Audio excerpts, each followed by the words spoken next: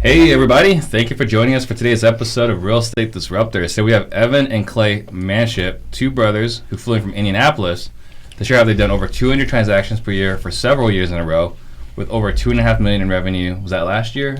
Last year it was, first year we got over 2.5. Yeah, so pretty good numbers.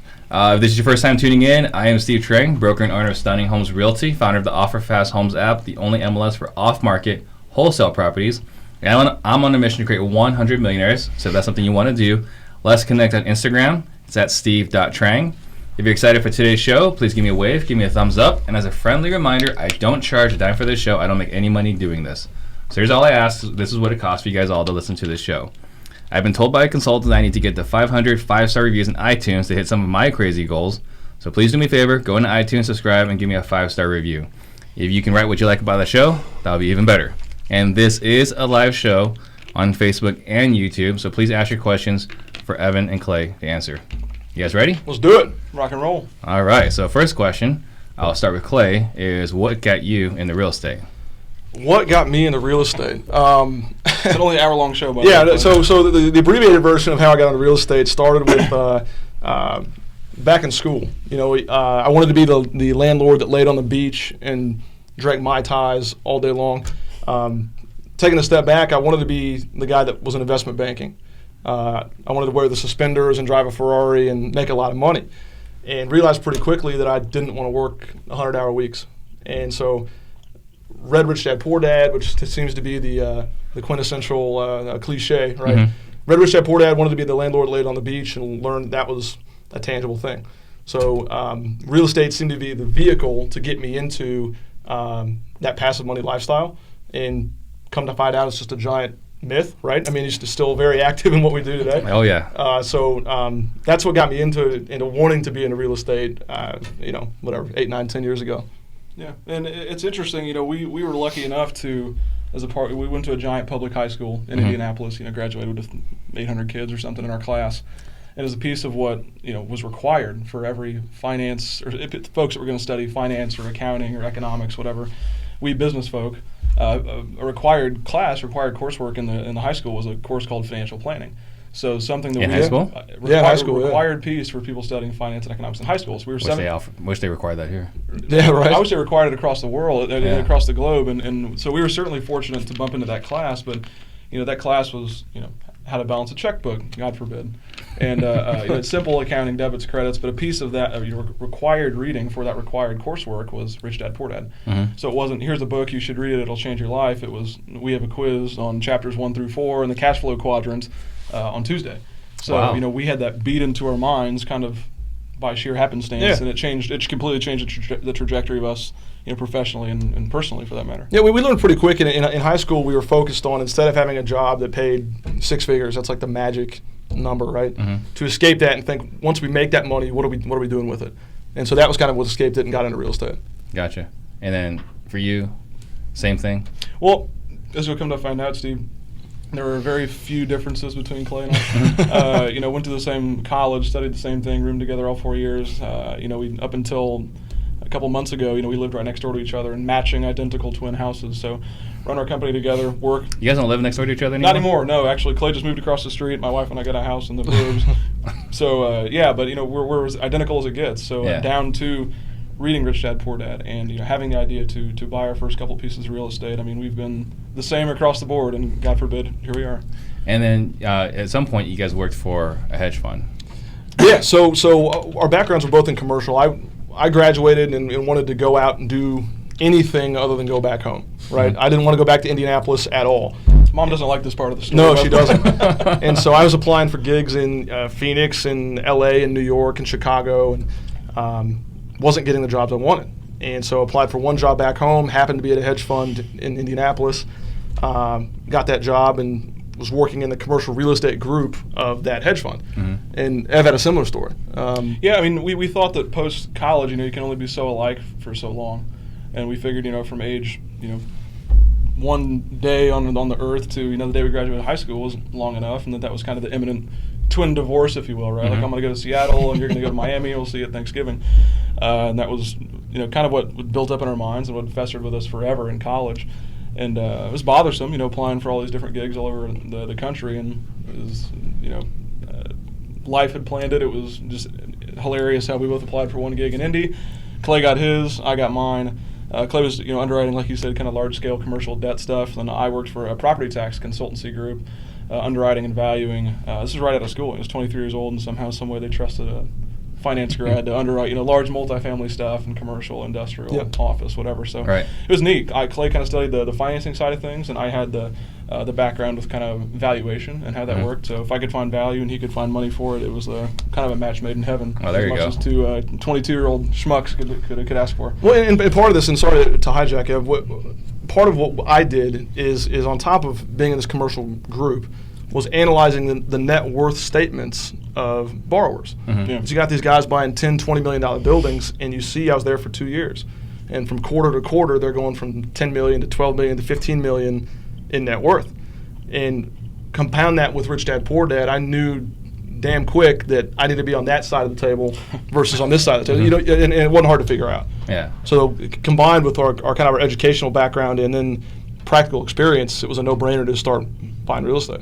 Okay, so when you guys started buying real estate, was it straight in the wholesale, or what was that first move? Our first deal was kind of funny. Horrifying. It was scary. Let's stick with funny. I'll say Let's it. stick with funny so the viewers stay. It was funny in the fact, it was 2013, Halloween of 2013 is when we closed on it. Yep. We bought it together, naturally.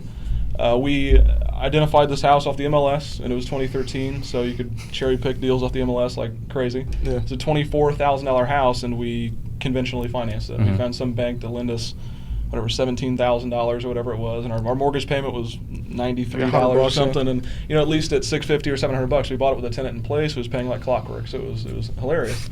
We kind of got to thinking, why isn't everyone doing this? This is the easiest thing in the world. How do we continue to do this? But I graduated college with $112,000 in student debt, and he graduated with like $111,000. So where that $1,000 went, I have no idea. But we both graduated with a lot of student debt. So when we bought our house, it was kind of funny that they'd even lend to someone with that much debt. But we spent every penny of expendable money we had to finance that house. So we bought a house; it was cash flowing, but at that point had no additional funds to do anything we wanted with. Picture the swag in this story, Steve. We two college graduated dudes, finance degrees, living at home with mom and dad, okay, paying $50,000 a year, but owning a house and not living in it, right? So our first house we bought with $8,000 we scrounged together for a down payment, lived at home with mom and dad, and we had that house, right? That was our first buy and hold, was our first strategy. We didn't jump into wholesale.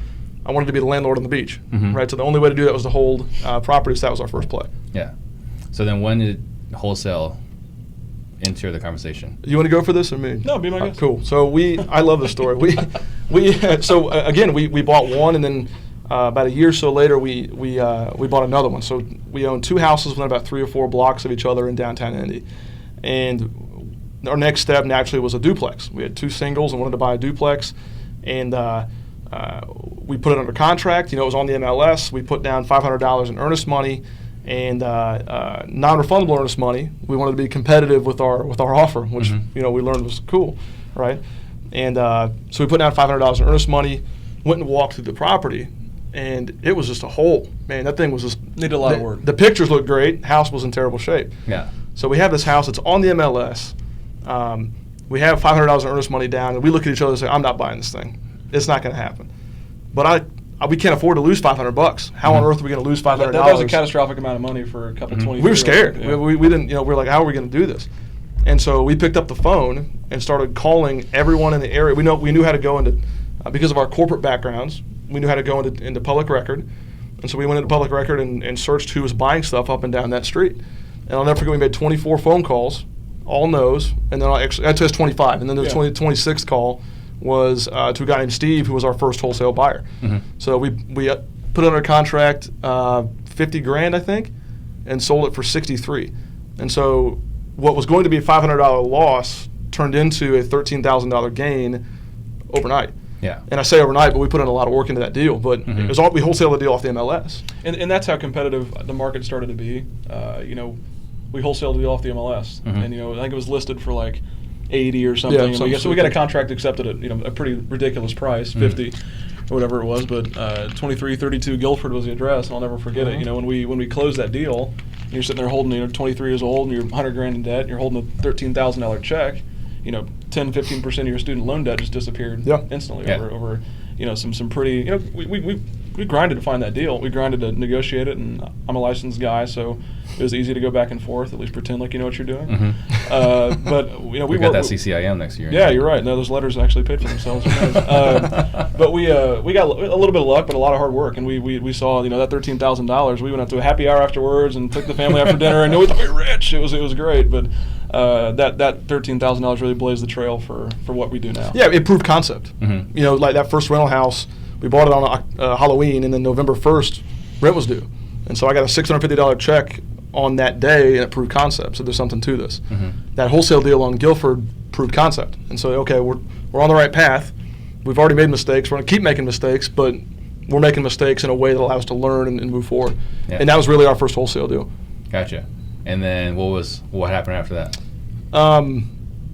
Kept making mistakes. No, I think the Routiers deal is probably what it had to have been. What it was, at that point we wanted to continue to scale. We still own 16 or 17 properties now, and at that time, we finally had money to put down on conventionally financing property, and we had learned at that point that there was a way to, if you could take cash or raise cash, that you could essentially wait, rehab it, recycle it back out, and have cash flowing assets with no money into it, building a balance sheet, cash flowing, maintaining liquidity, all three of these cool things. And that $13,000, while it would have been nice to pay off the student loans at that point, was a leap, a lily pad, a trampoline. It let us kind of scale into these new cool things and start acquiring more deals. So bought a single family house for $30,000. And for those of you watching, $30,000 can buy you a decent house in Indianapolis still. Certainly could back in 2014. So when I say I bought a $30,000 house, it wasn't some Section 8 dump. It was actually a decent place. 1813 Routiers, Routiers, for those of you watching. Neat little house, bought it, paid off our hard money investor, and then we had our first BRRRR deal, kind of by accident. And this was before people were writing books about it or bigger pockets articles or whatever. It was just kind of a thing that we did. And that $13,000 really paved the way for us to scale. So you guys are learning a lot of things, basically inventing things on your own. That don't get carried away. Well, as far as you guys knew, we're inventing things. There was no sexy acronym for it. It was just buying cash and then recycling it back out once you add value to it. Right. Yeah. And a lot of this, we understood what arbitrage was at a relatively young stage. We knew that markets were inefficient in real estate, and what this led us to is, okay, if we can identify this BRRRR strategy and do 50 of them a year, 10 of them a year, right? We just got to find the right product. We got to find the right stream of inventory. Yeah. And so, correct, we kind of jumped into this BRRRR thing, but on top of that, we realized if we can create a pipeline that brings this stuff in, we can get to that landlord on the beach pretty darn quick. Yeah. It's not going to be as long as we think. And so that was what led us into kind of sending out yellow letters and postcards, door knocking, kind of the entry-level wholesaler stuff. Yeah, we had the house that we bought. We had that 12 or 13 grand kind of sitting around, and we had to partner it with some additional bridge money to take down the house and to rehab it. And we didn't know a bunch of rich people at the time who could lend us money. We were a bunch of schmucks and 24-year-old kids that didn't have any track record. And so we had to find someone to have some level of belief in us. And we combed through bigger pockets and held a phone book for part of it. Went to these meetups and couldn't find anyone that would lend us this money. And 20 grand, whatever it was a lot of money back then. And shout out to Jeb Brilliant, our first investor. He's the one that I credit with kind of what started our company. His name's Jeb. He's from Long Beach, and I found him on Bigger Pockets. I like saying to people, I met him online. Sounds weird every time. But I met this guy named Jeb online, and whether it was stupidity or he was just super naive, but he believed in us and said, yeah, sure, secure me with a promissory note and a mortgage, and I'll fund you the difference for the house. So we bought the house, rehabbed it, put it in our portfolio after we refinanced and paid him off, and we knocked on his door and said, do you want to lend us money again? You want to do us, there's a deal 2 or 3 houses down, found this on the MLS too. And he said, well, I'm happy to lend you money. I'll lend you money all day long. But more than that, I want to do what you're doing. I want you to kind of teach me how you're building this portfolio. We're 24-year-old kids and had no money, and we were building a real estate portfolio. We probably had 4 or 5 properties at the time. He said, I want to do what you're doing. So much so, and I believe so much in what you've already done, you find a house, and I'll just buy it directly from you. I trust you. So cash buyer. Cash So, buyer. no, Yeah. no, and So that was our second wholesale deal. Was Jeb? We found him a house just by our first batch of yellow letters, and it was fish in a barrel back when yellow letters could work. And found him a house, wholesaled it, and that's kind of what And so I was- catapulted that proof So of when was concept. this approximately? 14, Yeah, late 14 maybe. Yeah. give or take. And I always laugh is how'd you get into it? And it's always a story. You know, I don't have this. I wish I had a straightforward answer for you, but a lot of this stuff happened because we started off in the position we did. We didn't start in the industry by wholesaling. I think that's a trap a lot of people fall into is they read these books, they get on YouTube University, and I think it's a good place to start, but you have to know the fundamentals. Yeah. And a lot of people don't. And we had the blessing of starting off as buy and hold guys and then having an investor and working in commercial. The background. Right. I mean, the handful of things. We understood it pretty well, and if we could control that inventory, the supply, control the supply, and we're in a good spot. Yeah. So that's how we got into wholesaling real estate. It was completely out of necessity and kind of by accident. And when did you guys quit your job? I quit my job on October 6th of 2015. So when we were first doing this, I still had my full-time gig, and I knew that I wanted to get out. But the way I was compared is make sure the boat is close enough to the dock before you step in it, right? You don't want to fall off into the water. And so that whole, call it a year between 14 with Jeb all the way to when I quit my job in 15 was just making sure the boat was close enough. Yeah, and we could have probably done a little bit, earlier than we did. Mine was March 7, 2017, but same story. We wanted proof of concept, and Clay quit his job first, and I was, kind of the backup plan in case this whole thing exploded. Right. At least one of us That's had true. a job or something. But Yeah. it was neat. So we eventually, after working as hard as we did and finding investors and wholesaling a couple properties, we at some point. We were just making more money from 5 to 9 than we were from 9 to 5. Yeah. And I just said, screw it, let's just double down on what we're good at, and that's what we did. So one of the things that was, like you mentioned, some of these guys are kind of getting in, Yep. and they go straight into wholesale, and they don't have the foundation, right? Yep. The fundamentals. So their struggles are going to be different, right, because of starting their business. What were some of your guys' struggles? How's it different in your background? Or was it just... Smooth. No, it's Easy perfect. Smooth sailing. sailing. I don't know what our struggle, I guess, would have been. We're always action takers, right? So that's always something that, and it's cliche, but doing the wrong thing is better than doing nothing, in my opinion. As far as struggles, I think that we struggled to really scale quickly. We took our money and kind of sat on it and wanted to protect it instead of grow it. And it makes me want to shake my head looking to where we probably could be had we done the last 3 years, 6 years ago, right? Yeah. You're not alone. Yeah, that's it. So everyone was buying in 2015. Yeah. So I don't think that's a struggle, but we were always good about, and I think a lot of people struggle too because they're not surrounding themselves with like-minded people. To be vulnerable was a weakness of mine, and say I don't know what the hell I'm doing, right? But Steve Trang does, and I need to go just associate myself with people that are around that way. I was too proud. Right, and that's maybe where a weakness, and maybe that affected the business kind of short term, but that's where one of our struggles was, at least in the beginning. What do you think about struggles? I don't even know where to start. It all seems like one big struggle bus to some degree. I mean, we're 24.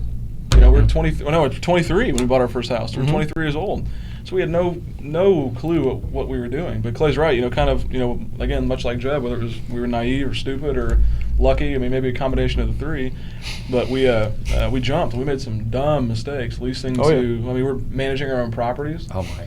At one point, at the climax of our portfolio, we probably had 50 or 60 properties, and not a cent into any of our deals. It was awesome, right? Yeah. So the portfolio was churning and burning, but I'm not going to manage my own properties anymore. I'm above that. I'm going to hire the best property manager ever. Well, you still got to manage a manager that's managing 60 properties, and that's a full-time gig. So, that was a struggle.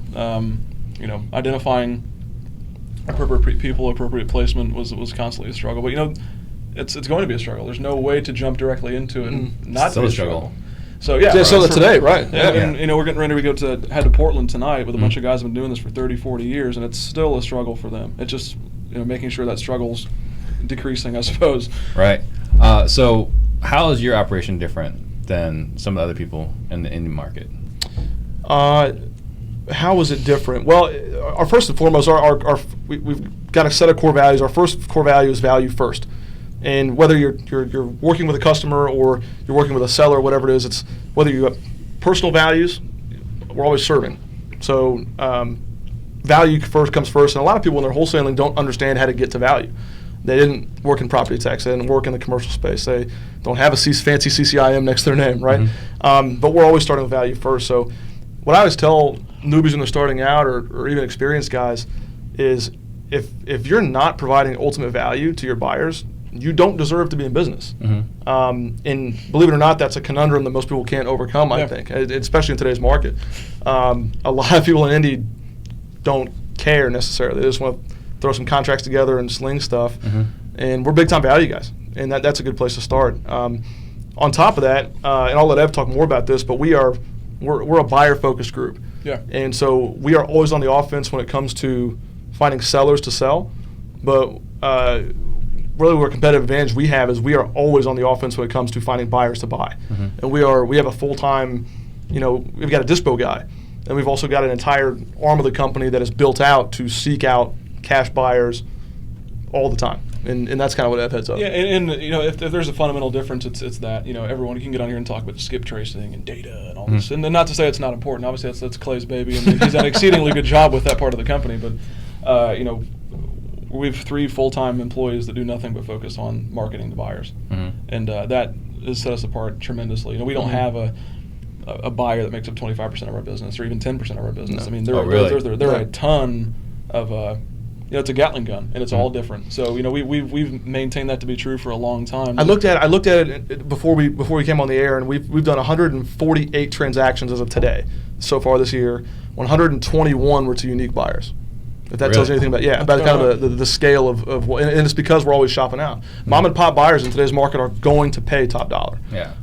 We try to not work with hedge funds if we can avoid it because they're going to gut you on stuff. Mm-hmm. Yeah, they want it their way, and not to say that mom and pop buyers don't, but if we're providing value, to Clay's point, we're in our new office we just finished up. We're getting a big mural painted or whatever of the city of Indianapolis, a map of Indianapolis, whatever. Right up there on the front says value first, in giant red bold font, value first. Because I want my guys to see it every day when they walk through. Value first. If you provide value, it doesn't matter if someone's a full-time real estate investor, a flipper, a buy and hold, or a freaking teacher with 401k money sitting around, right, or 403b money sitting around. They're going to buy, as long as you're providing value. So that's what the chief difference in our group is. Those 2 things. So let's talk about it. So you say you got 3 guys actively looking for buyers at all times. So what are their responsibilities? Not necessarily even looking for buyers. We put on a lot of events. We're hosting an enormous, at least for us, essentially an investors symposium is what we're calling it, the first weekend in November. So November 1st and November 3rd, we're hosting a lot of our out-of-state folks just to come in, teach them about Indianapolis and kind of how the market works, things that have been working, things that haven't. I hate calling it a mastermind, but a group of people that do the same thing and trying to seek value from each other. You think about it, you're getting 100 people from out of state or even in-state coming in to talk about how they can spend money with you. For those watching, if you're not doing this and you have any business of any scalability, you need to have a mental examination. You've got to be doing it. And so, that's external marketing. So it's not necessarily identifying buyers, but more or less cultivating people. Make sure that there's a way that we can continue to add value to these people. So Sadie, if Sadie's watching, Sadie is one of our marketing interns, and Sadie is essentially responsible for implementing these strategies and putting together these events alongside me. It's a $17,000 event over a weekend that we're putting together, and it's completely free to every out-of-state investor that works with us. So value, right? So are you guys more in-state or out-of-state investors? It really depends. I'd still say more in-state. It's about 60-40. Yeah, it's about 60-40. I looked at it again. 61% out-of-state. Oh, out-of-state. Okay, I was going to say. I'm the data guy. 61% out-of-state as of this year. And so these people are buying it. They're buying it for their buy and hold portfolio? For the most part. And we've got a couple that are kind of, you got properties that are kind of in between flip and rental. But yeah, I'd say 70-80% of the properties we sell are rental grade properties. Yeah, I mean that's huge, right? Because you can definitely have way higher margins. Oh my God, yeah. For the buy and hold guy. It's massive. It's absolutely massive, and that's again in Indy, especially because projects sell themselves. You've got a $60,000 house that's one of the best neighborhoods in the city, and that's just. Really? No slide at Indy, but you can buy a house in Indianapolis for the price of a VCR. I mean, a nice used car, right, is what Indianapolis is. So, but it's true. I mean, the amount of headache and stress and negotiation and contractors that go into selling a flip house. I mean, we sell about half of our properties sight unseen. It's a pro forma, bam, done, right? And people always wince when I say, how much you can buy a house for in Indy. And it's not necessarily a slight against like the property values in Indy, but more or less a nod to Clay and his data team that what we can identify it for, how cheap we can get something. Because you're buying a $60,000 house, which makes you roll your eyes, but it's probably worth 100, 110 when it's all ready to rock and roll after a quick paint carpet deal. Okay, so then the people you're selling it to are still doing the rehab. Sure. So, okay. And right now, you guys are sourcing the properties. You guys are doing it all in-house, and then Yep. you guys are moving the properties. That's all. Everything's in-house. Yes. You guys aren't servicing, like, because you got a buyer's list. You got this portfolio. You guys aren't helping other wholesalers move their properties. You guys aren't doing joint venture. It's something, honestly, it's an opportunity for us. And I would encourage anyone watching from Indianapolis that we'd love to do that. We used to do it a lot in the past, and just haven't recently. But yeah, we love JV deals. We love to do that, and just haven't done it recently. Okay. Yeah, we were Clay's data. I mean, we'll spend $30,000-$40,000 a month on external stuff. So I mean, Clay's data alone keeps us pretty busy. Yeah. But not to say we turn that away. Just it's we've got a handful of things to mess with on our own. So how are you guys buying? Because again, this is like if this is your competitive advantage. How are you guys finding these people to add into your database? On the buyer side or on the seller side? On the buyer side. Go ahead. Well, the buyer side is interesting. We hired again our external guy for a long, like hell, probably a year ago. And what Aaron does is essentially piece together marketing mediums, and this sounds rudimentary, but Aaron's job is to go out and facilitate, work alongside these investors that we find or have found. Hey, can I come in there and take pictures of your house? Can I come in there and see what you're doing? Get an update on this, that, and the other thing. Can I interview you and put together content for stuff we've already done? So it works kind of. It's a bifurcated benefit to us. Obviously, it shows that we're interested in seeing the project from A to Z and making sure that they're wringing as much value from that towel of the property as they can. But for the same point, we can take those pictures, those photographs, those interviews, and piece them together into little case studies for future folks. So we furnish those on Facebook, YouTube, whatever, as 123 Main Street flip, out-of-state investor. We're here. We care about you. We're here alongside the whole ride. But here's how it's worked out. Here's what he sold it for. Here's what neighborhood it was in. Yada yada yada. So we put here's the performer. Here's what the actual performance is. Right. So we put a little pretty bow on the property when it's all said and done, and then that returns 2x, 3x on the people that are talking to us, and it continues to build.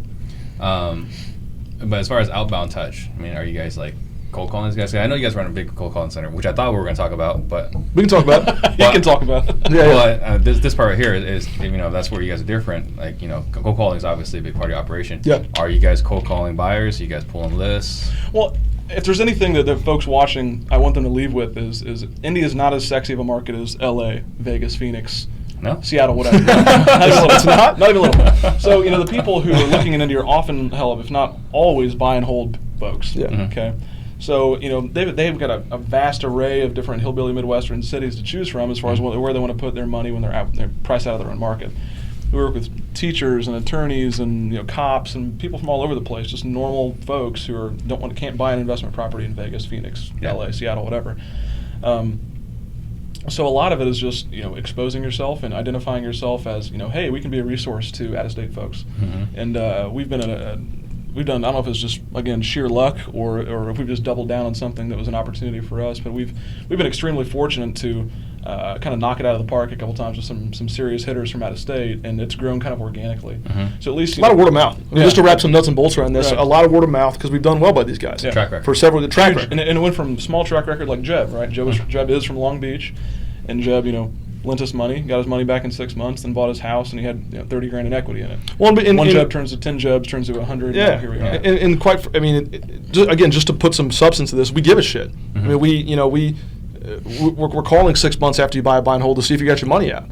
If not, tell me where we went wrong. How can we get better at this? Yeah, we've got just a simple phone call after this builds on it. People are shocked by that. And Evan Sadie recently started sending out plaques. If you've done a deal with us, we'll send you a plaque. Costs $33. Yeah, Plaque with a picture. Here you go. Congrats. To the door, picture of the property, address or whatever, and that's returned Crazy. 40x on the money. Crazy. I love it. So just little things like that. We have a full-time guy dedicated to making sure that the project goes from A to Z, and it sells or it rents or whatever, right? Yeah. And just having that constant touch has worked wonders for us from a buyer's perspective. So word of mouth is big. We're also big on bigger pockets is obviously a big one for us. Facebook groups. We're just touching people. Yeah. It's not really a hard sell. Hey, are you a cash buyer? It's a hey, how can we be a resource to you? What are you trying to accomplish in Indianapolis? Yeah. And once we get them on the phone, they're going to work with us. Gotcha. So one of the things that we use to validate people is we ask them for settlement statements. Cool. And that wasn't an issue with you guys. Settlement statements. That was really easy. But also, by doing research, you guys bought a building for your company. Yeah. Not a lot of people are buying buildings, right? Yeah. With the money they're making from the business. So talk about what your vision is with the building. Well, I was on the phone with a guy from LA, a physician from LA, who's an investor of ours. Earlier today, we were at Top Who was Wall. Phil, Oh. Phil Chu, if you're listening, hi. But Phil, was asking some questions or whatever about this, that, and the other thing, and I caught myself saying, we almost take offense to being compared to the traditional wholesale shop. There's no almost. We do. And we don't. Yeah, We I'm trying to do. be polite about it. No, we do. We take offense to being like a traditional wholesale shop, and to the point where certain way this industry operates. It's easy to look bad, or shady. I don't think that's no secret. So we are trying to legitimize every last little piece of what we do to make it, not make it seem, but put the best foot forward to, serve as a legitimate resource to people. There's a legitimate need. There's a market for what we do, and we want to further demonstrate that. There are licensed brokers, managing brokers, people that work in their basement or mom and dad's basement, whatever, right? We are not like that. We don't want to be that. Yeah. So, buying the building was a no-brainer for us, and the idea that we could double down for our guys, serve as, here's not a gift, but, we're investing in our team, investing in our city, investing in our investors, if you will. Yeah. Just continuing to be the best for them. So 6,000 square feet of... It's funny that our answers are different in that regard because his is focused towards buyers. What are buyers going to think? Yeah. And mine's focused towards our sellers and our team. What's our team going to think? It's a lot, and people ask me all the time, how are you recruiting these killers, these sales guys? How on earth are they doing what they're doing? Well, shout out to our team, by the way. Yeah, and no better team. most cash offer team, kick ass. Well, people want to come work for us. Why? We got a sexy building. We're going to give you swag. We're going to wrap your car. We're going to, we're going to have. We got pool tables and kegerators in the office. Of course, you want to come work with us, right? And there's no one else to newbies looking forward to how people trying to make their first hire for acquisitions or whatever. Why do they want to come work with you? Money's available anywhere, right? What's the brand mean? What are we going to do outside the office hours? So we like each other. Right, and so that building is really just encapsulates all that into one. Yeah. It's a 6,000 square foot building that's solely dedicated as a nod to my team. That's it. Yeah, and we want to be the Maserati of the industry, and there's no better way to do that than I think you meant to say Ferrari. Ferrari of the industry. Get this Maserati kind of cheap, Indianapolis style. I want a Maserati, by the way. Okay, so the other thing we were talking about offline was you're trying to do the birthing in commercial as well. Yeah. Yep. So tell me about that journey.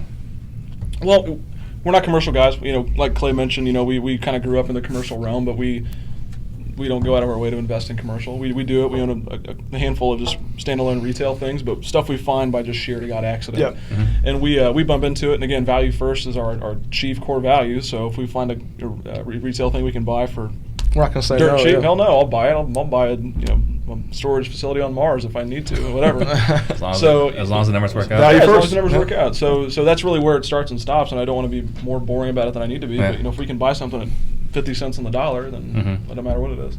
Gotcha. So a handful of little retail things. We own a warehouse near downtown Indy, and what am I missing? Barbershop. Oh yeah, a little barbershop, cute little thing, like a block from his house. That was Yeah. fun. But obviously helps having a commercial background, right? So like we were joking earlier about the CCIM certification, but you do have a background in commercial. Yeah, our first two gigs our only two gigs were in commercial, but more or less CCIM is Certified Commercial Investment Member. For those of you that aren't familiar with it, it's like I equate it to the CPA of commercial real estate. Anyone can be a commercial real estate broker. Anyone can be an accountant, but to be a CPA or to be a CCIM is completely different. So to have that ability to go through and to train with some of the brightest minds in commercial real estate, you can apply that knowledge to residential, and just how to manipulate financing and whatever else is extremely important. So to honk my own horn, I think it still reigns true. I was the youngest pinned CCIM in the state of Indiana's history. I don't know if that's still true or not, but Probably not true anymore. Yeah. You definitely screwed that one up. But just something for your listeners to take away from this, Steve, is we didn't start doing commercial stuff. We did it because we understood it. Yeah. And we understood it and could apply that knowledge because we had a track record. I mean, asking somebody for a $500,000 private loan ain't going to work in your second deal, right? We started off with a $20,000 loan, and then we did 2, and then 10, and grew into it. So for if you're just getting started or on your first couple deals, there's no shame in having a track record. Just getting your foot in the door with some of these guys, making them money, and working yourself into that. I mean, we're Yeah. 7-8 years into this now, and there's still things we don't know, but we rock that because we're building a track record. Absolutely. How much are you guys 100% wholesale? Do you guys do any flipping? Yeah, we do flips, probably 80% wholesale, and that includes our wholesale stuff too. So we probably take down whatever a third of the properties that we wholesale.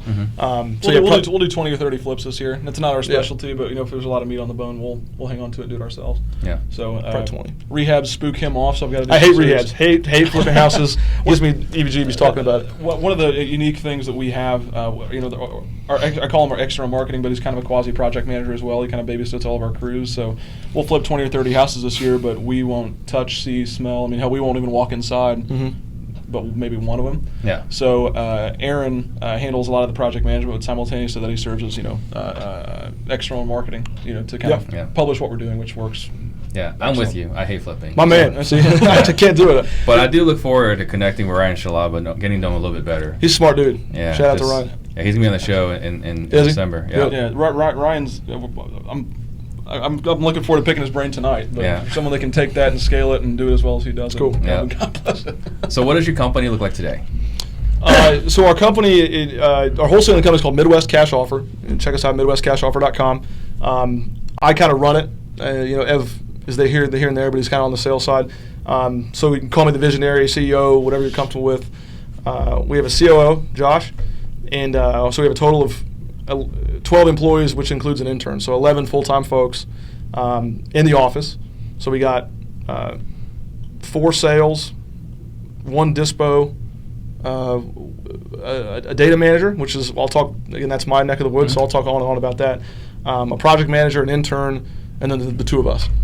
And then some, 4 VAs and the VA, call team's completely separate, I guess. So kind of the VA squad, there are 15 of them plus 5 lead processors, so like 20 virtual assistants in the Philippines. Oh, they're all in the Philippines. For Correct. some reason, I thought a lot of you guys were in India. No, so that's kind of the reason we bought this building. Again, if you want to go back to that, is we're all occupying the 3,300 square feet on the second floor.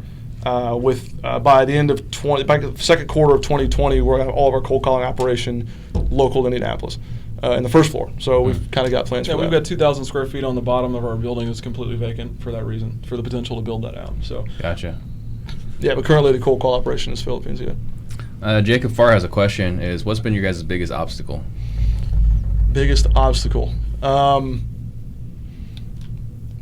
Man, that's such a weird question to hear. Our biggest obstacle, getting to this point.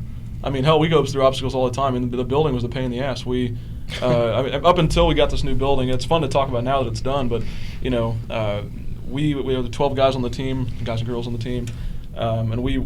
Up until this past week, we were all functioning out of a 1,100 square foot converted daycare building in a very questionable part of town. So that was a challenge. True. That was a big challenge trying to make Hard sure to recruit new talent to a converted daycare in the hood. So being seen as a legitimate, a resource is a challenge, I think, for all wholesalers, because you'll get somebody that's working out of their basement, and any hillbilly with a clipboard and a laptop can do what we do, or at least say they do what we do. But to be seen as, we're not like those guys. We're not just looking for assignment fee to pay down, credit card debt or whatever else. But we're legitimate capitalists, and we're trying to, execute and on value that we identify and make sure that everyone continues to make money. So. I think the biggest obstacle for me, and again, I'm just trying to think of what we would have said 3 years ago as this was kind of scaling out, is consistency.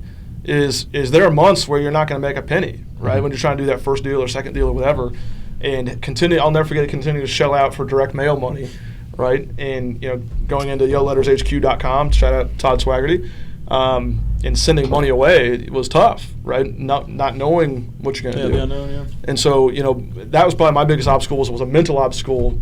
Just, you have to do it. It's like waking up and going to the gym in the morning. You just have to do it. Yeah. And once you make that commitment, that obstacle kind of went away. But I remember that feeling like it was yesterday. Yeah.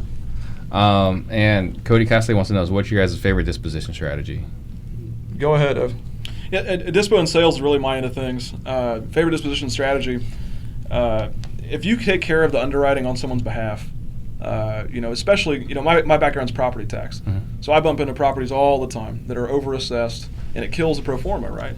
But if you can have some distinctive strategy with whether it's, how to implement the best insurance strategy or how to, put appropriate the best debt or whatever. Just pick something that'll pop out in the pro forma. But my background's property tax, so I see properties come through that I can easily identify as this is 3 months away from being $30 a month in taxes as opposed to $280 or whatever it is now. Underwrite it this way, and then all of a sudden your numbers make sense, and you got a sale. You got a motivated buyer at that point. So, identifying motivated buyers was something that we've found to be extremely true. Is equally, if not more important at times than identifying motivated sellers.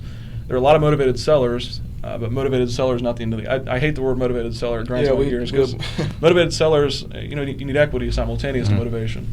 Motivated buyers just need motivation. So if you got somebody with money burning a hole in their pocket, 1031 folks, whatever. If you can identify something that makes sense based on their numbers and serve as a true resource to getting there, much less curtailing something that they've already underwritten it doesn't make sense. You show them how it does make sense. All of a sudden, you're a hero. So understanding how the system works with the different types of insurance, your property taxes, understanding the rental market extremely well to where you can put that together for them and just furnish something. That's extremely important to being able to dispose of property effectively. Going back to the question, I want to address this. I think our best disposition strategy to date has been to create urgency, and that's just summing up what you said in one word, right? Urgency. Right. Yeah. Right. So when we send out a property via email, we don't text blast. We don't do any of that fun stuff that's sexy nowadays. It's all email. I think we still use MailChimp. Yeah. It's simplistic, right? But when we send out a property, our average property sells in 22 hours. 50% are sight unseen, right? That's because we've trained our buyers. We don't do highest and best. We don't ever negotiate. Bidding wars, right? We don't get people. Oh, we'll get back to you in 48 hours. No, the price is the price. And it's like going and buying a gallon of milk, right? So when you see stuff from Midwest Cash Offer, and if you're another wholesaler, train your buyers. Work to curtail relationships and train them to act the way you want them to act.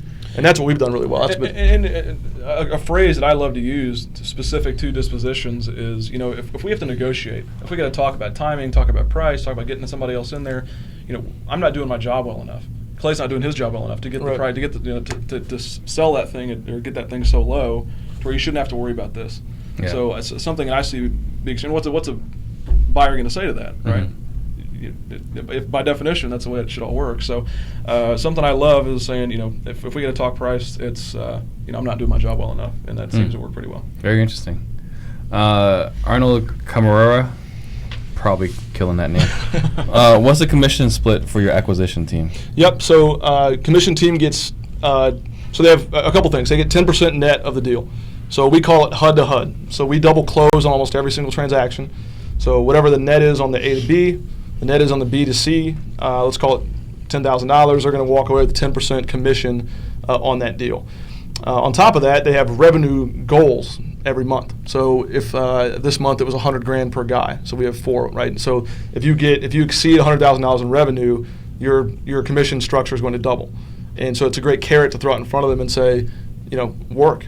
And if we had three, Warren didn't hit it, but Zach and Jairus both did this quarter, right? So, they exceeded their expectation and got that double commission. So 10% net, and then we throw in spot bonuses and some other fun stuff here and there. Yeah. 10% net, and then double? It doubles if they exceed that revenue goal, correct. So it's 20%. So, so if somebody hits, 1.5, they're getting 20% on $500,000. Right. That delta. Gotcha. So in the spirit of full transparency, one of our I knew you'd say this. He's gonna hate me. We were just talking about this. Zach made $19,000 this month, right? So as a senior acquisitions guy with our group, right? So he's making great money. All of our guys are. It's a function of them knowing that and dedicating themselves to it.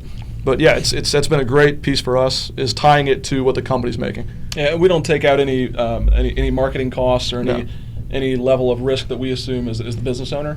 So some of our competition does that, and I've never understood why. But we're the business owner. We take the risk. The profit that we're pulling. That's what they're getting paid on. Yep. Makes sense.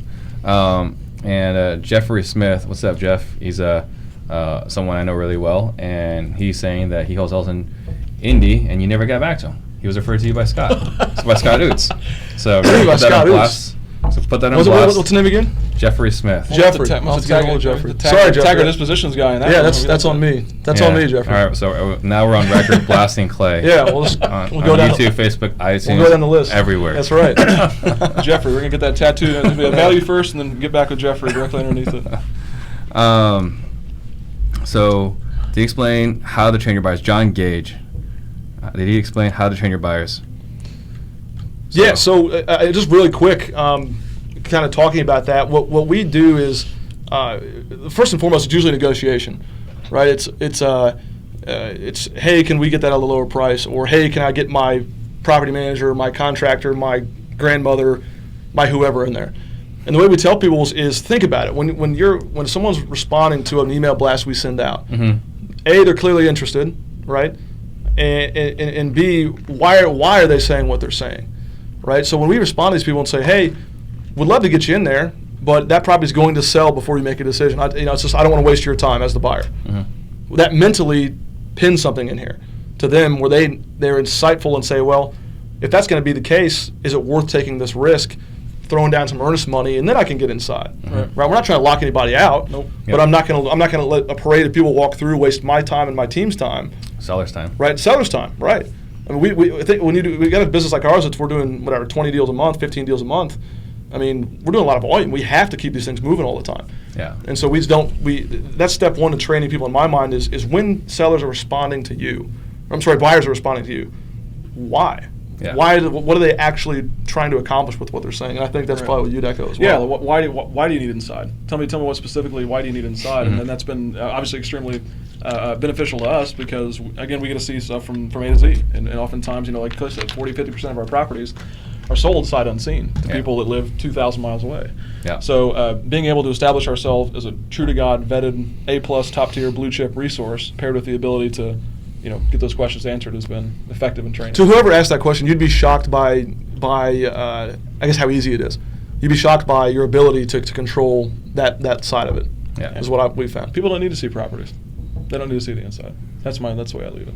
Yeah, I like that. So going back to like I said originally when I had you guys coming on the show, I was like, oh, for sure we're going to talk about cold calling for like an hour, right? Because that's what I know. You can't talk about it for an hour. I can. I'll blab on about it. So let's talk about right now. Cool. You guys are finding deals. What's the best way that you guys are finding deals at the moment? Yeah. So let's really he can just get up and leave. So in 2017, we did. I think our top line revenue number was like 1.6 or maybe 1.7, and 100% direct mail. All of it, right? Was direct mail, and that felt good. And then 2018, we started doing. No, I'm sorry. It was 2016 was 1.7, Yeah. and then 2017, yeah. And then 2017 we started doing cold calling, and that just looking at the metrics, I'm a huge KPI guy. So cost per deal, cost per lead, leads per deal, right, and all these key metrics that go through it. Cold calling was just obliterating direct mail. It was never close, and it's never gotten any closer, right?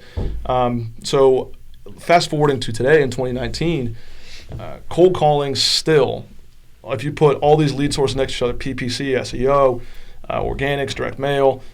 Cold calling in our market still is maybe not the gold standard, but it's the one that we have the most dialed in.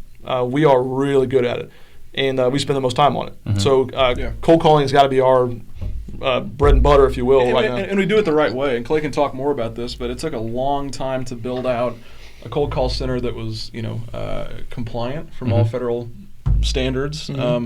Spent a lot of money, a lot of time, and talked to more attorneys than we probably should, but doing it the right way. Doing it's relatively easy. Hire some cold callers. You can find a dialer that shoots out numbers, and you're at least you're on the board, right? Well, I think that's a really good point because right now TCPA is kind of this thing like, hey, we're kind of talking about it, but we're not really talking about it. Right. Well, it's unpopular. I mean, it's and I could talk at length about this because I'm passionate about it.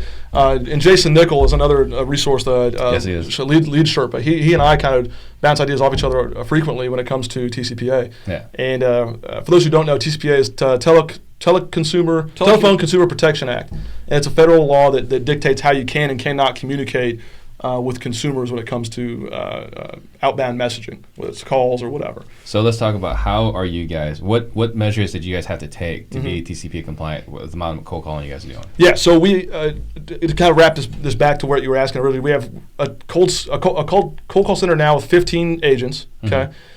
Each agent makes about 5,000 dials a week. Got to do the math right. So we'll do 3 million dials this year. So that's a lot of people we're touching, right?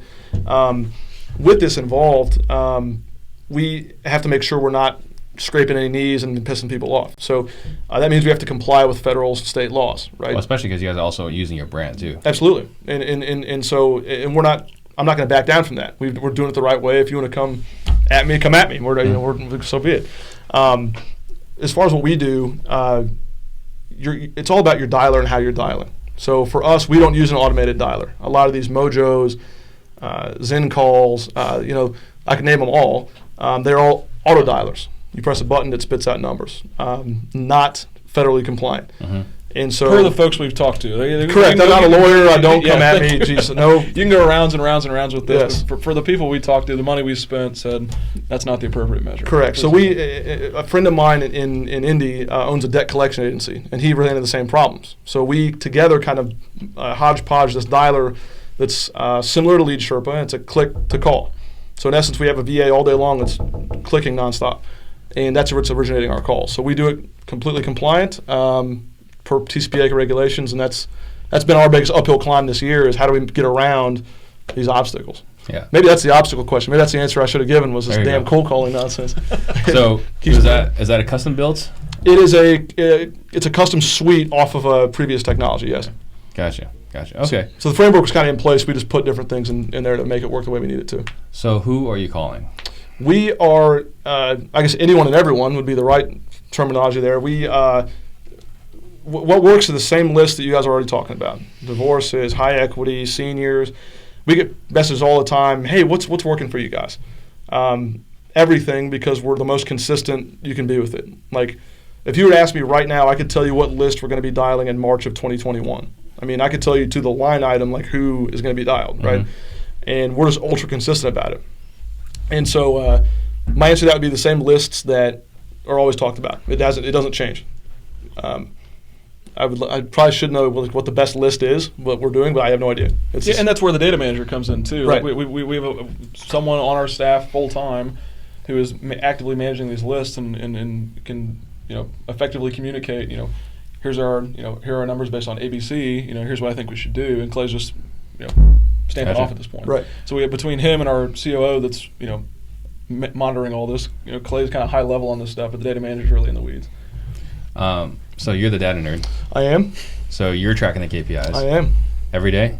Every day. In fact, we have in our office, we've got an 82-inch TV that has a kind of a quad split, and we've got KPIs on every board in live time. So it's synced up to our monitor where you can see cost per deal as leads are coming in. It's really. Is it Plecto or are you using something different? It's Clip Tech, Clip. Yeah, I forget the name of it. Yeah. I can get whatever it is. It's very similar to Plecto, yeah. Okay, so then cost per lead cold calling. Yes. What is your guys' cost? I'm sorry, cost per transaction cold calling. Yeah, so we call it cost per deal, cost per closing, whatever you want to call it, is just shy of $1,000 in cold calling. That's for data. That's everything. Skip tracing. That's correct. That's out the door.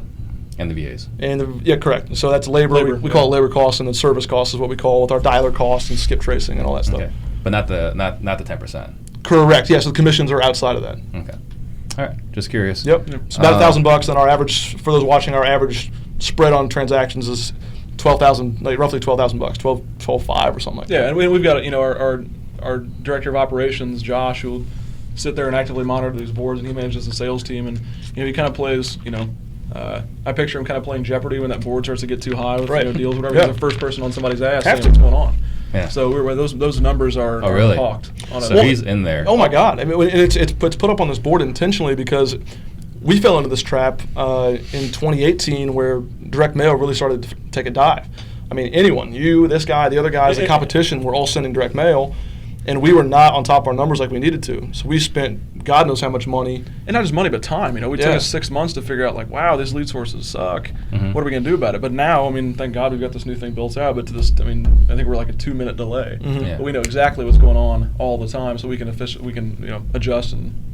Yeah, we can pivot pretty quick. Yeah. Yeah, but I think a key point here, right, is COO. Yes. Someone that's monitoring, and you got it real time. Correct. And someone that can track and respond. Most people are looking at, hey, you guys are looking lead indicators as lagging indicators. So you guys are looking at lead indicators. You're looking at lead indicators in real time. Correct. It's not even like, hey, let's look at this a week later. There are very few question marks in that regard. Yeah, but you got to think about how many people, and this is our scaled up business, and this is not really entry level stuff, but we've got a data guy who's literally in charge of that. His name's Corey. Corey's on it all day long.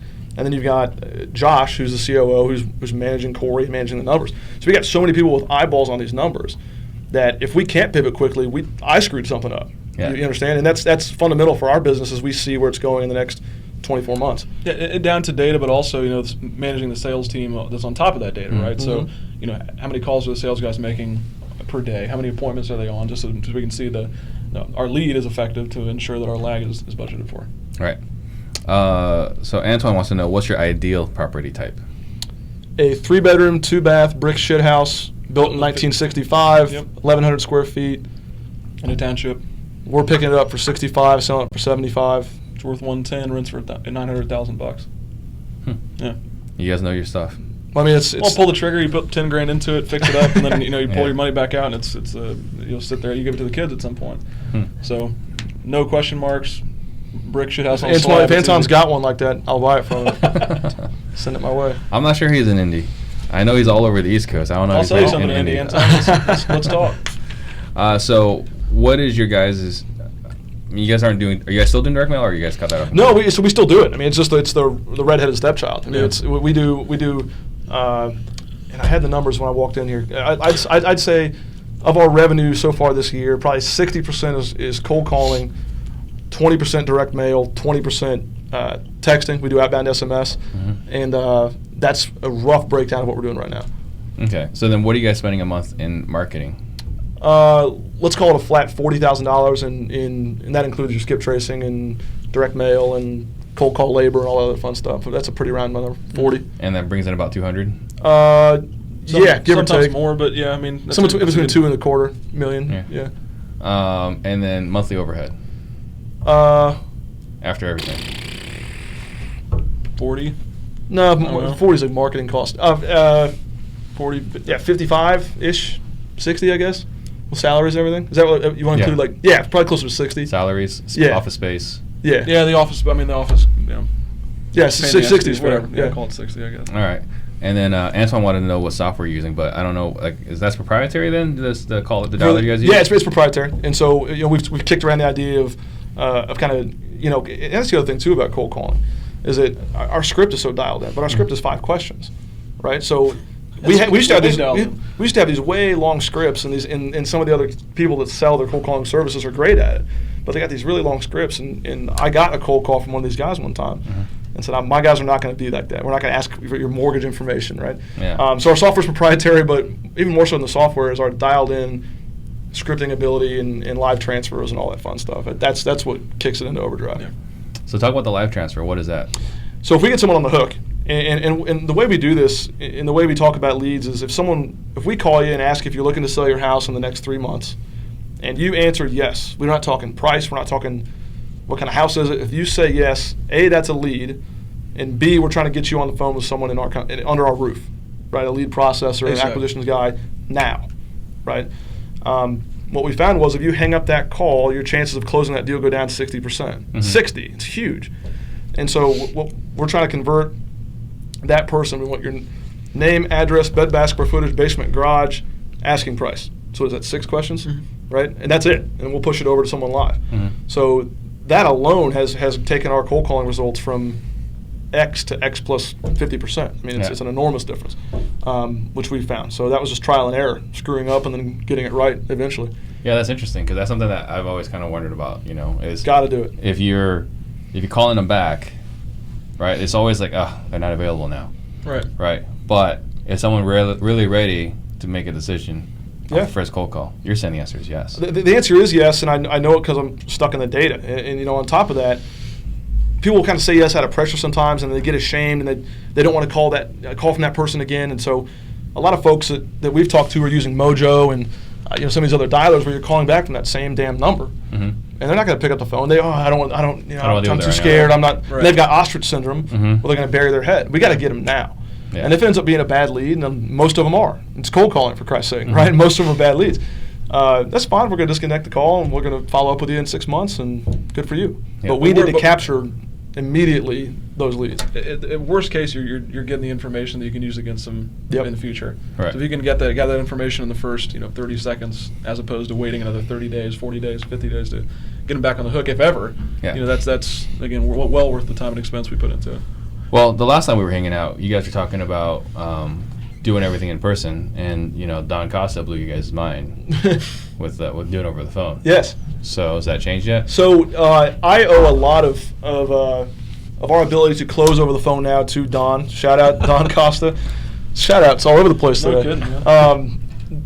Don was really kind of in my face about it. He was like, dude, you need to change what you're doing. We were sitting next to you. And he was kind of slapping me around a little bit and said, hey, we need to get. So we went from last year, 100% of our properties were sold, or I guess acquired on an appointment, belly to belly, shaking hands. Good old boy style. And a lot of that's the Midwest culture. People just want to shake your hand, and I bought into that. I really did. And we hired on it. The guys we hired are just face to face, I hate to call them hillbillies, but they'll sit there and just good old boys, yeah. Yeah, they're good old boys. Yeah. And we hired based around that same premise, and then Don kind of entered Don. So I realized if we wanted to scale, and now we're in Kansas City market, which is really cool, and we're doing deals there over the phone. And I realized that it's going to be impossible to scale this business across multiple markets unless we're closing over the phone. Mm-hmm. And Don kind of grabbed me and shook me by the shoulders and said, we got to get you closing. And it's just as simple as making a mindset shift. And so we did. And so we hired based on your ability to close over the phone. And now we're doing at least a third of our deals are just sign up over the phone. We'll get good pictures and we'll go do it that way. Yeah. I mean, we flew into Phoenix yesterday, just as an example, if nothing else. We flew into Phoenix yesterday afternoon, and we've signed up 3 deals over the phone since we've been here. Mm-hmm. So we're talking 24 hours. Our phone closer, we've done 3 deals this week, today, or in the last 24 hours. So it's So going back to my question earlier, right? If you're doing the live transfer, yes, are you trying to close it right then on that live transfer? If we can. And so that's up to the. So usually the way it goes is we're going to cold call lead, and if we can, great. We're going to filter for that information. We're passing it off to still offshore, so it's a lead processor, right? Mm-hmm. One of the VAs, Yep. And they can converse just like you and I. We're huge on English dialect, and if you don't sound like you're sitting in this room, you don't belong in the company, right? Mm-hmm. No offense, get out. So our lead processors are great, and they'll sit there, and it's their job to build a little rapport and make a joke here and there, and maybe gather mortgage information or pain points or whatever, right? They're cleaning that lead up and handing it over to sales staff. Mm-hmm. And if sales staff deems that they can close it right then and there, have at it. I don't know what that close rate is off the initial call. I guess it's probably rare. It's probably 20, 30%, but it does happen. Okay. Lucas Orozco wants to know, how do you recycle your list with your cold callers? Yeah, so I would begin by saying that this was just guessing and checking. There's no science between this. There is now, but originally there wasn't. We call through every list, and it'll depend on your dialer. So we call through every list 3 times, okay? And we're just getting to what we call the bottom of the barrel. So if you start with 10,000 names on a list, we want to go to 7,000 to go, and then 4,000, and 1,000, okay? Mm-hmm. And once we get to that bottom of the barrel, no one picked up after 3 dials, we're going to put it on the shelf, and we call it seasoning. We're going to let it season for 45 days. Mm-hmm. And we're going to go through it another 3 times, okay? 1,000 to 600 to 500 to 5. You see what I'm saying? You're getting one of the bottom shit that's not useful. So we will take that, and even today, we pulled lists in early 2018 that we are still recycling on, okay? Mm-hmm. And we'll converting. I mean, we had a $40,000 deal last week or 2 weeks ago. Yeah. It was on its 18th call. 18th, and no one picked up any time. February 2018 is when we started that call, and just never. And we just blasted them, and finally they picked up the phone and sold us their house. So maybe a nugget for your viewers is there's a lot of gold if you are cold calling in recycling lists. And I don't care if you got to blast people, right? I'm not afraid to blast people because I'm not getting sued for TCPA shit, right? I'm having at it, right? So it's just by a point of emphasis, if you are cold calling, I highly recommend having some degree of procedure in place.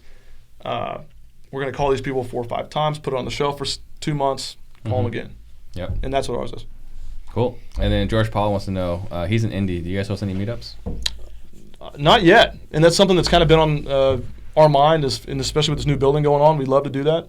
Would certainly welcome that. But no, we don't do anything like that right now.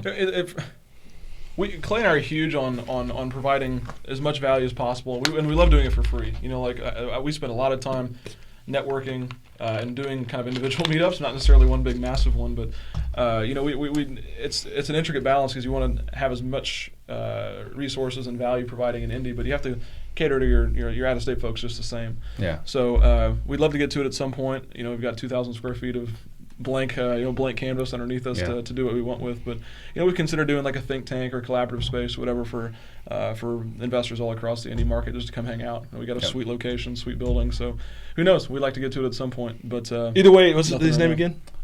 George Powell. George, if you're in Indy, stop by 52nd College. We'll go get a beer, hang out if nothing else. Yeah. There you go.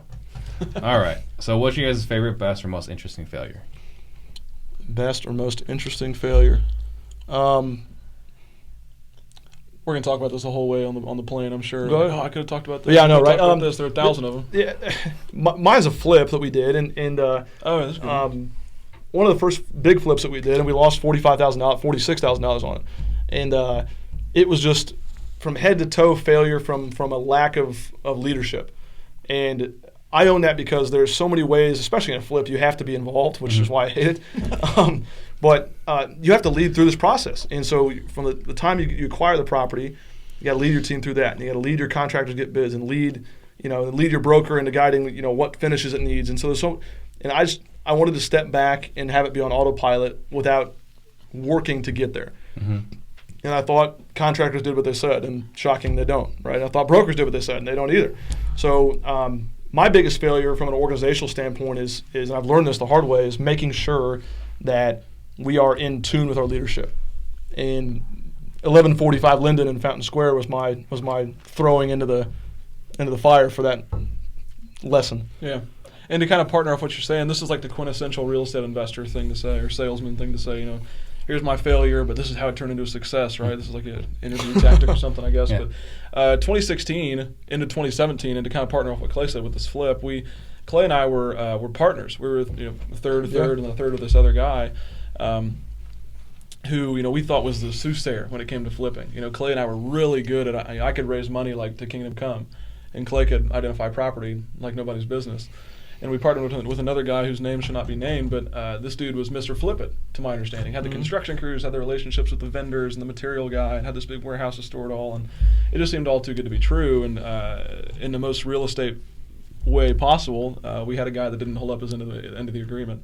And it took, all of 90 days to figure out if this wasn't going to work the way we wanted it to. And 90 days later, we approached him and said, hey, thanks, but no thanks. We want to buy out your interest in, the company and the building or whatever. And, we're 25, 26 at the time. We spent every dime we had. We spent $60,000 buying out his interest in the LLC. And to this day, the best financial decision we've ever made. Easily multi-million-dollar decision that we made. So the failure was jumping into someone who we didn't, properly vet. We weren't in tune with the leadership, or at least a third of the leadership. With our company, and he was steering it down a deep, dirty cliff that wasn't doing what we were saying. Weren't providing value. We weren't being a resource, and that's completely the antithesis of what our company does now. So anyway, this gentleman was bought out, and we still get all the certified mail from the many lawsuits he's in, effectively now. So so that was a great decision to get rid of him and to continue, because now I'm in tune with my leadership. So there you go. All right, I'm going to leave you to a moment to think about last thoughts while I make a couple of quick announcements. Cool.